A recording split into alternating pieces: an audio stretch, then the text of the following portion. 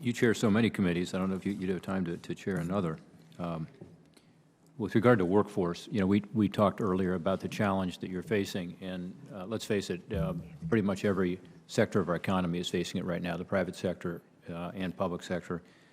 And with unemployment at under 3% and competition for talented workers being more intense than ever, I'm concerned that the federal government is going to have even a harder time hiring individuals with private sector experience to help the acquisition system work better, because I think it's very helpful to have the private sector coming in and helping our government to be able to recruit people who understand the needs on both sides of the table. You know, the private sector companies that we want to engage more in procurement and the government side.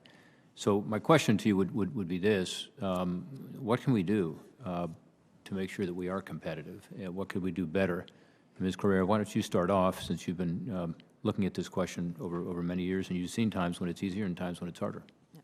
So that's a great question, and I want to mention first, the hiring process is painful, and I think you've heard that before from other sides of the House, from the HR folks in government.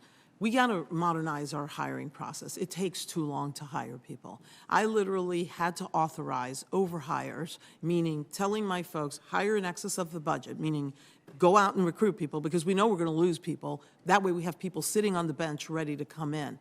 I shouldn't have to do that. I should be able to run a process where I can go and pick up people. I meet a talented individual, I should be able to go up and say, hey, Elizabeth, come join my team. Here's what you apply for. Let's look at this resume and let's get her on board. We don't move that fast. Even with direct hire authority, you'll hear about direct hire authority. You have to go through a lot of rules and reports and statistics just to justify using that authority that's been given to us. I think therein lies the problem. We got to have a better process. But then again, I revert back to what I said earlier. We got to put the right leaders in place that know how to do this, that know how to motivate a workforce.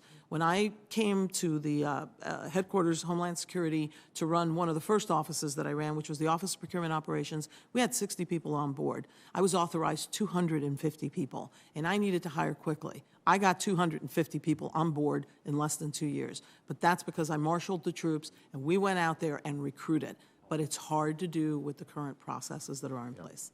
I think that's a great point. We hear in this committee, despite some of the improvements we tried to make, like direct hiring, and by the way, some of it's agency by agency, I think it should be government-wide. Yes. But we hear people telling the story about having found somebody talented, and the person, after 2 or 3 weeks of waiting, gets an offer from the private sector. The private sector says, we'll hire you tomorrow with benefits, ready to go. Mm-hmm. And they say, you know, I'd love to have joined the government and done some public service here, but I can't wait 4, 5, 6 months. I've got to move. So I think that's a disadvantage that we have. Senator Peters is now back. I want to let him ask a question, but anybody, Ms. Sullivan or Mr. Schneider, any responses to the hiring dilemma?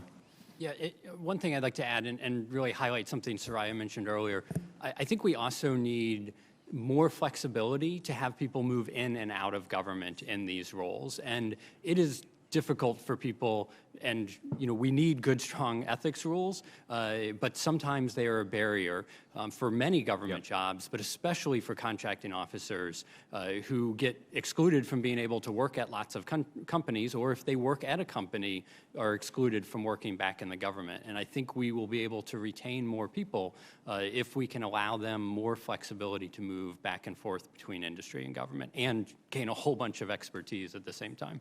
And I would just add that, if I can, that small businesses offices at agencies are under-resourced, and they are incredible tools to be able to, get new small businesses into the government, keep small businesses providing innovative products. So making sure that there are enough resources for those offices is incredibly important. May I add something to that? Because Elizabeth raises a very important point.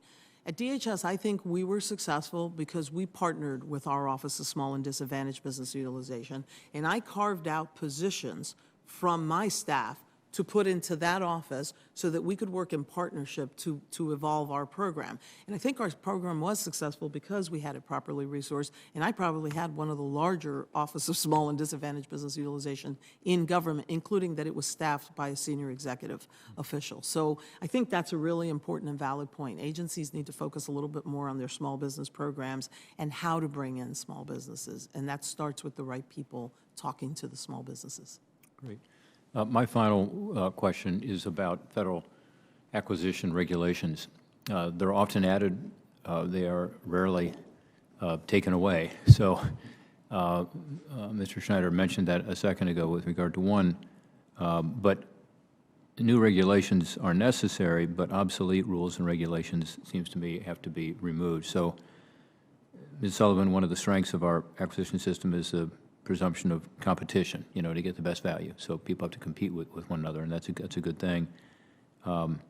Based on your experience with small to mid-sized companies, what federal rules or regulations make it difficult for these smaller companies to comply or compete when doing business with the federal government, and what rules or regulations should be removed? I think that clarity is always what small businesses are seeking in any rule or regulation. And one of the issues that has been, you know, kind of plaguing the community for a long time that I had mentioned in my opening remarks is the time period from when the FAR Council issues a rule and the SBA issues a final rule. So it can span many years, and the acquisition community often doesn't take SBA's final rules as, you know, what they should be, which is that they should be followed until it's in the FAR. So it creates a ton of confusion, and then even more regulations or more rules that have to show up after the fact because the rulemaking isn't simultaneous. Also, I think the SBA Office of Advocacy did a nationwide tour a couple years ago, I think if I'm remembering the timetable correctly, and asked small businesses what regulations, including contractors, were really hindering them. So I'd encourage taking a look at that and what they found, because I know that they found specific ones that, you know, were problematic for small and honestly mid-sized companies as well. Great. Well, we'll look for that. Our capable staff is already behind us trying to find that online. Sure. Thank you, Mr. Chairman. Thank you to the witnesses. Thanks for your service.